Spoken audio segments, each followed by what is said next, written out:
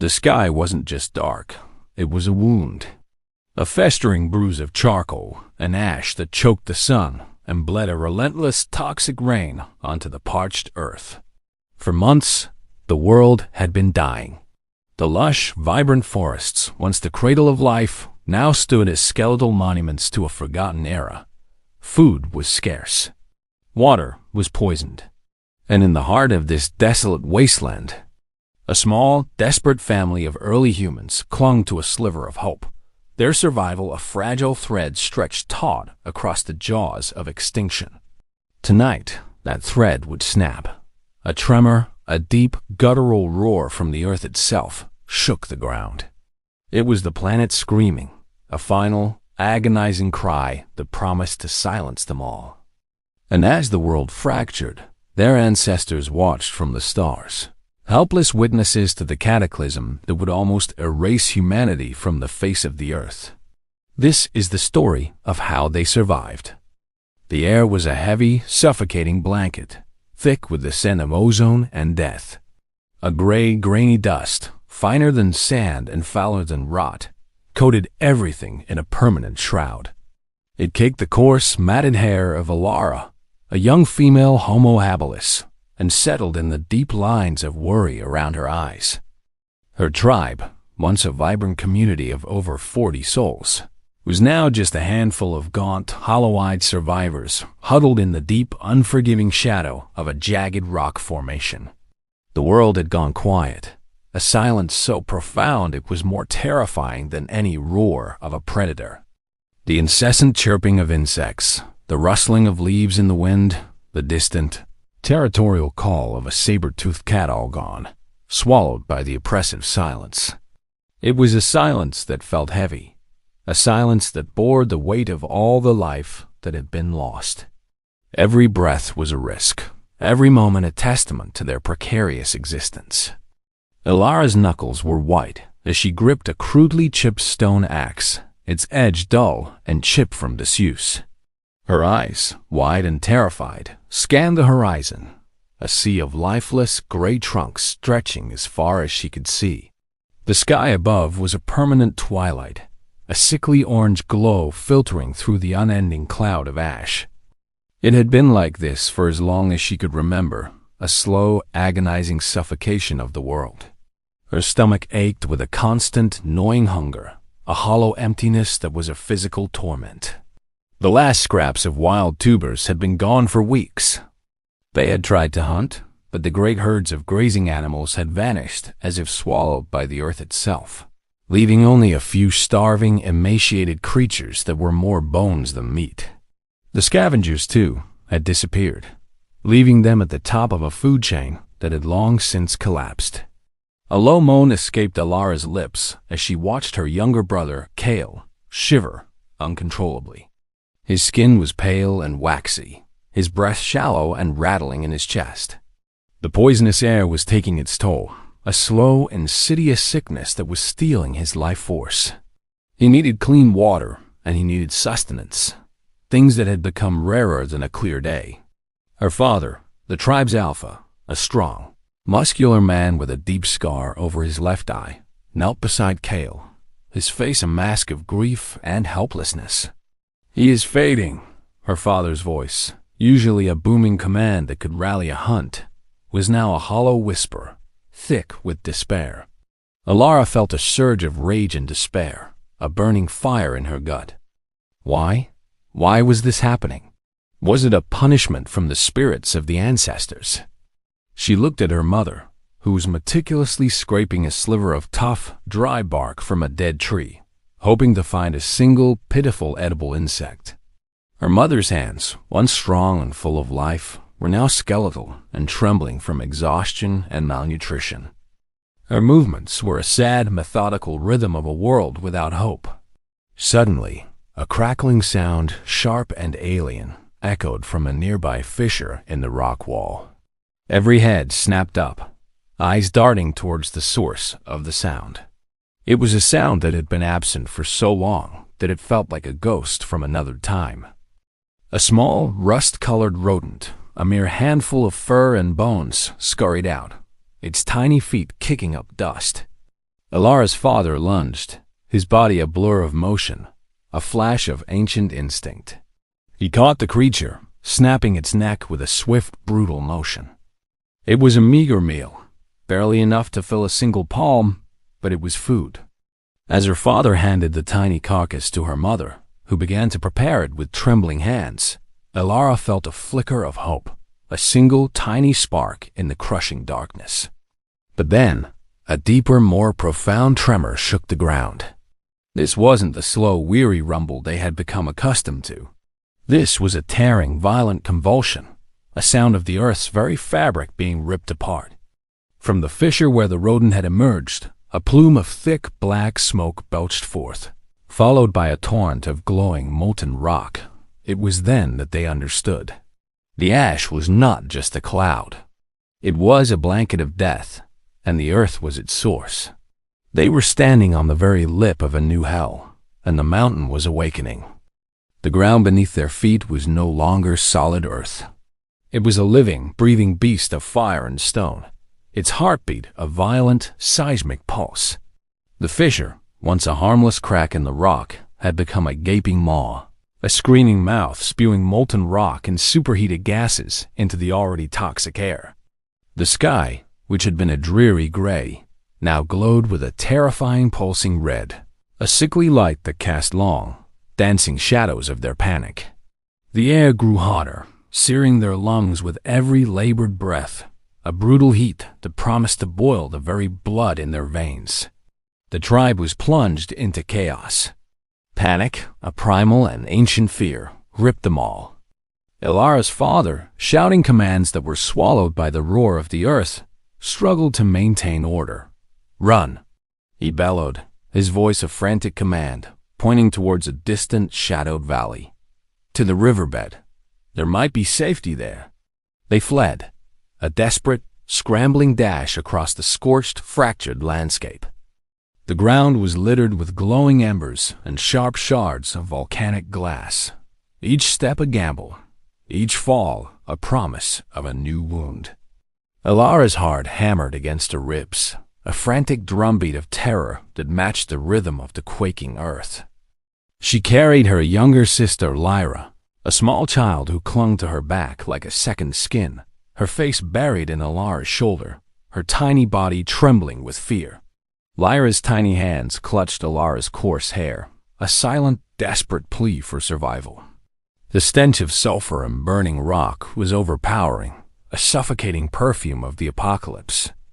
The heat was a tangible enemy, a crushing force that stole their strength and clouded their minds. The path was treacherous. Cracks zigzagged across the ground like lightning bolts, widening with each passing tremor. A sudden, violent jolt, a particularly brutal shiver of the earth, sent Alara stumbling. She fell to her knees, her hands scraping against the razor-sharp rock, tearing at her skin. Lyra cried out in fear, her small voice a pinprick of sound in the maelstrom. Alara scrambled to her feet, her body screaming in protest, the pain a distant echo in the face of her terror. She couldn't stop. She wouldn't. She looked back for a fleeting, heart-wrenching moment and saw her mother, a silhouette outlined against a backdrop of spewing lava, trip, and fall. A wave of molten rock, moving with a horrifying liquid grace, surged towards her. Alara screamed her mother's name, a word of pure agony, but the sound was lost in the cacophony of the dying world. Her father, his face a mask of agony and grief, was forced to pull her along, his grip like iron on her arm. "We cannot stop," he yelled, his voice cracking with a pain that was deeper than any physical wound. "We cannot. She is with the ancestors now." They reached the edge of a deep ravine, a dark chasm that marked the former course of a river. The water was gone, replaced by a deep canyon of dried mud and sharp stones, a scar in the earth's flesh. It was a perilous descent, but it offered a temporary shield from the falling ash and the relentless heat. They scrambled down the steep embankment, sliding and falling, the small group now more of a desperate mob than a cohesive tribe. As they descended, a new sound emerged, a deep, resonant growl that seemed to vibrate in their very bones. The air, already thick with volcanic debris, now carried the metallic, musky scent of a predator, a scent that spoke of fresh blood and ancient hunger. From the shadows of the ravine, its eyes burning like twin coals in the gloom, a massive, gaunt, saber-toothed cat emerged. It was a creature of legend, a hunter of boundless power, but this one was different. It was starving, its ribs protruding through its matted fur, its fangs stained with a desperation that mirrored their own. The cat let out a low snarl, a promise of violence that was born of a primal, unyielding need. They had escaped one hell only to be swallowed by another. The saber-toothed cat was a magnificent, terrifying beast, its long, curved canines a testament to its brutal power. Its muscles, though emaciated, still bunched and rippled with a latent strength that spoke of countless kills. But its eyes held a familiar, haunting emptiness, the same hunger that gnawed at their own bellies, a vacant, desperate look. The creature wasn't hunting with the cold calculation of a predator. It was desperate. It wasn't a master of the hunt. It was a scavenger, driven to the brink of madness by the dying world, its ancient instincts twisted by starvation. It looked at the small group of humans not as a challenge, but as a last desperate hope for survival. Alara's father, the Alpha, stepped forward, his body tensed, his crude stone axe held high, a pitiful weapon against such a monster. "Run," he whispered to the others, his eyes never leaving the cat's burning gaze. "I will buy you time. Do not look back. Go." Alara shook her head, tears streaming down her soot-stained cheeks, a streak of clean water on the canvas of her grief. She couldn't leave him. But her father's command was final, a deep-seated law of the tribe. "Go!" he roared, a primal challenge hurled at the beast. The cat, momentarily startled by the sudden show of defiance, took a hesitant step back, a flicker of confusion in its eyes. That was all the time they needed. The others scrambled past her father, their movements clumsy with fear, racing down the ravine. Alara, her legs heavy with grief and fear, was pulled along by her brother, Cale, who had found a fleeting strength in the face of death. She cast one last, heart-wrenching look over her shoulder. Her father stood alone, a lone figure against the fiery backdrop of the spewing volcano, his axe a tiny beacon of courage in a world of despair.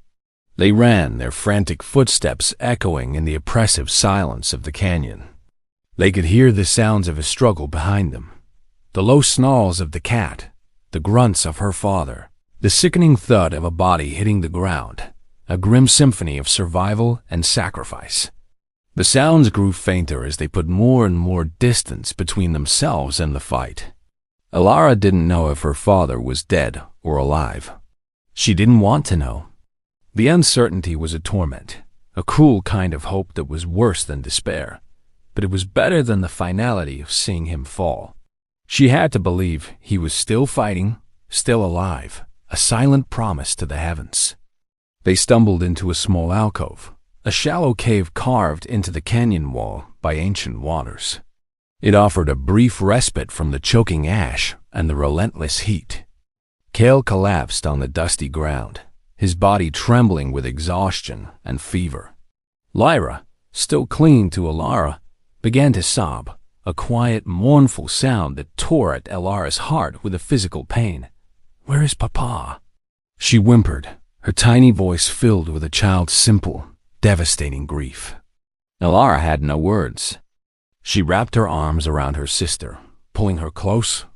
The warmth of their bodies a small, fragile comfort in the desolate cold.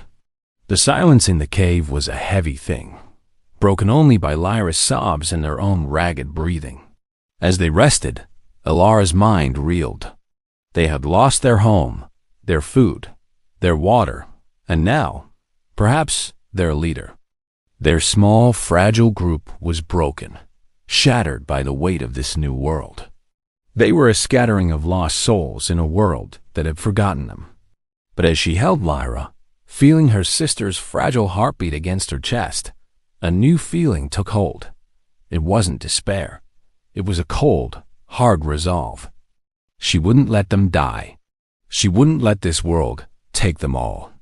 She would find a way. She would be the alpha now. She had to. But her resolve was put to the test when a new sound, a different kind of sound, echoed from the depths of the cave.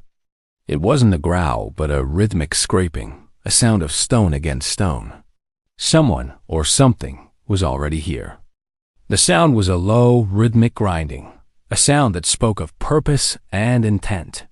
It was not the random scraping of a rock falling, but the deliberate motion of a tool against a surface. It came from a deep, unseen chamber within the cave. Cale, his eyes wide with a mix of fear and curiosity, moved forward, a silent question on his lips. "What is it?" he whispered, his voice a barely audible tremor, a ghost of a sound. Alara hesitated. Her instincts, honed by a lifetime of survival in a hostile world, screamed at her to flee, to run from the unknown. But the grinding sound wasn't a threat. It wasn't the roar of a beast or the hiss of a snake. It was something else. It was deliberate. It was a sound of creation, not destruction. With her stone axe held tight, a useless comfort against the unknown, Alara crept forward, her feet making no sound on the dusty ground. Lyra clung to her back, her little body a trembling weight against her spine. As they moved deeper into the cave, the air grew cooler, and the choking stench of ash was replaced by the earthy, clean smell of damp stone. The rhythmic sound grew louder, and then they saw it. In the flickering light of a small, guttering fire, a figure knelt, its back to them. It was another Homo habilis, a figure of bone-thin desperation, but its hands were not idle. It was carving, meticulously, with a sharp stone tool, into the cave wall. Ilara's breath hitched, a gasp of surprise and wonder. The figure didn't notice them, lost in its work, a world of its own creation. The carvings weren't simple scratches. They were symbols, crude but recognizable. A circle, a jagged line, a series of dots. The figure's body was a roadmap of suffering, its skin stretched taut over its bones, its movements slow and deliberate, a shameful testament to its starvation. But there was a spark in its eyes, a flicker of something more than just survival. It was creating. It was trying to capture something. On the wall, among the symbols, was a depiction of their world before the ashfall. A bright sun, a lush green forest, a herd of grazing animals. And then, a darker, more menacing image. A jagged rock, its mouth open, spewing fire and ash. The figure was a storyteller, a chronicler of the dying world, a historian in an age of amnesia. The carver, a male, finally turned, his eyes meeting Alara's in the flickering light. They were old, ancient eyes, filled with a deep, boundless sadness, but also with a quiet knowledge that seemed to predate the cataclysm itself. "You are not alone," he said, his voice a dry rasp, as if he hadn't spoken in years. "We have been waiting." The words, though simple, were a revelation. They weren't the last. There were others who had survived, who had found a refuge in the heart of this dead world. He pointed with a trembling finger to a small, dark opening in the back of the cave, hidden by a curtain of hanging vines. "Through there," he whispered. "The others. The water. The path to safety." Alara felt a wave of emotions crash over her. Relief, hope, but also a deep-seated suspicion. Who were these others? Why had they not come for them? Why had they left them to die in the ashfall? The old man, reading her thoughts with a weary, knowing smile, spoke again. "The path is dangerous," he said. "Only the desperate find it. Only the strong survive it." He then pointed to another carving, a new one, still fresh. It depicted a towering mountain, its peak cloaked in mist and shadow, and a winding path leading up its side. He spoke a single cryptic word, a word that would echo in Alara's mind for the rest of her days. "The heart." He then returned to his carving, a silent, solitary guardian of a forgotten past. Alara knew, with a sudden, chilling certainty, that this man was the last storyteller, a fragile bridge between the living and the dead. And she had to decide whether to cross that bridge and face a new, unknown world, or die here in the darkness. The passage was a claustrophobic crawl through the belly of the earth. The air, cool and damp, was a welcome relief from the searing heat of the outside world, but the darkness was absolute. Alara, with Lyra still clinging to her, felt her way forward, her fingers tracing the rough, unforgiving stone walls. Cale, a silent sentinel behind her, held the tiny, guttering fire he had managed to create with a piece of tinder and a few dry twigs, its fragile light a small defiance against the overwhelming blackness. The passage twisted and turned, a maze of ancient rock, and Alara's heart pounded with a mix of fear and anticipation. What if the old man was lying? What if this was a trap? What if the others were more monster than man? The uncertainty was a cruel kind of torture, a weight on her shoulders as heavy as Lyra. The climb was relentless, a steep, agonizing ascent into the unknown. They crawled on hands and knees, their muscles burning, their lungs aching with the effort. Just when Alara thought she couldn't take another step, the tunnel finally opened into a vast, cavernous chamber. A single thin beam of light, a crack in the ceiling high above, illuminated a breathtaking sight. A deep, crystalline lake, its surface as still as glass, filled the center of the chamber. The water was pure, unsullied by ash or poison. It was a miracle, a life-giving oasis in the heart of the dying world. They scrambled towards it, their parched throats aching with thirst, their bodies screaming for relief. They drank, long and deeply, the water a cool, life-affirming balm that seemed to wash away weeks of suffering. As they drank, they noticed the others. They were not a tribe, but a collection of survivors from different families, different tribes. They were all gaunt, their eyes reflecting the same hardship and despair that Alara had seen in her own people. But there was a difference. They had water. They had a source of life. And they had a leader. She was an elderly woman, her face a web of deep wrinkles, her hair a shock of white against her dark skin. Her eyes held the same quiet strength Alara had seen in the old storyteller. She sat by the lake, her hands gnarled and powerful, meticulously weaving a net out of thick, thorny vines. "You are welcome," she said, her voice a low, gravelly rumble that seemed to fill the cavern. "The water is for all who find the way." She introduced herself as Anna. She told them the story of the heart. Anna explained that the mountain, their new home, was an ancient, dormant volcano. The cataclysmic event that had poisoned the world was a massive eruption from a different, larger supervolcano, thousands of miles away. Their mountain had offered a refuge, a shield against the worst of the ashfall, a pocket of safety in a world of chaos. But it was not a paradise. Food was still scarce, and the air outside was still deadly. They were trapped, a small, fragile pocket of humanity, a last, desperate remnant clinging to life in the shadow of a sleeping giant. The carving the old storyteller had shown them, the heart, was a warning. It was the mountain, their refuge, and its dormant, terrifying power. It was a constant reminder that their safe haven was also their ultimate tomb. The earth was still screaming, and its final, most devastating cry had yet to be heard. For weeks, Alara and her family found a fragile new existence in the cavern. They learned to hunt the strange, bioluminescent cave-dwelling creatures that lived in the deeper passages and to fish in the life-giving lake. The others were wary but not hostile. They were all survivors, bound by a common tragedy, a shared trauma that transcended their different origins.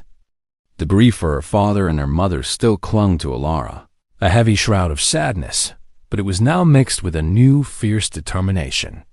She had found a new strength, a leader's resolve born from loss, a fire in her gut that refused to be extinguished. One day, as Alara sat by the lake, watching Kale and Lyra laugh as they chased small, luminescent insects, their laughter a beautiful, fragile sound in the cavern, Anna approached her. "You have the fire," the old woman said, her eyes fixed on Alara with a profound knowing, "the spirit of the Alpha. Your people need you." Alara shook her head, the weight of the title too heavy to bear. "My father was the Alpha," she said, her voice filled with a profound sadness. Anna placed a gnarled hand on Alara's shoulder. "Your father was a leader of a different time," she said. "He led in a world of trees and sun. You must lead in a world of stone and shadow." That night, a series of deep, guttural rumbles shook the mountain. The ground trembled, and a fine, silty dust rained down from the ceiling. The lake's surface, usually placid, rippled with a disturbing energy, its placid waters a reflection of their terror. Fear, a cold, familiar dread, settled over the camp. The heart was stirring. Anna, her face a mask of solemn understanding, gathered the survivors, her voice a beacon of calm in the chaos. "The earth is not finished with us yet," she announced, her voice echoing in the vast chamber. "The world outside is still dying. The ash is still falling. We must prepare for what is to come. We must learn to live with the mountain, not just in it." Alara, standing beside Anna, felt a new purpose crystallize in her heart. They were not just survivors. They were the last vestiges of a dying world, a memory waiting to be reborn. The story of their world, the one the old man was carving, was not an ending. It was a beginning, a promise. They would not be silenced. They would not be erased. They would endure. They would become stronger, smarter, more resilient. Anna looked at Alara, her eyes a beacon of hope in the gloom. "You will lead us, not just in survival, but in a new beginning. You will be the first of a new lineage, forged in ash and fire." And as the mountain groaned and the ground quaked, Alara felt the weight of that promise settle upon her. She was not just a survivor. She was the architect of tomorrow. The world outside may have screamed, but deep within its heart, a new, stronger humanity was whispering its first words. The earth was a graveyard, but it was also a cradle. And as Alara looked at her brother and sister, safe and alive, she knew, with a certainty that transcended all fear, that she would not fail. The struggle was far from over, but the seeds of a new world had been sown in the dark.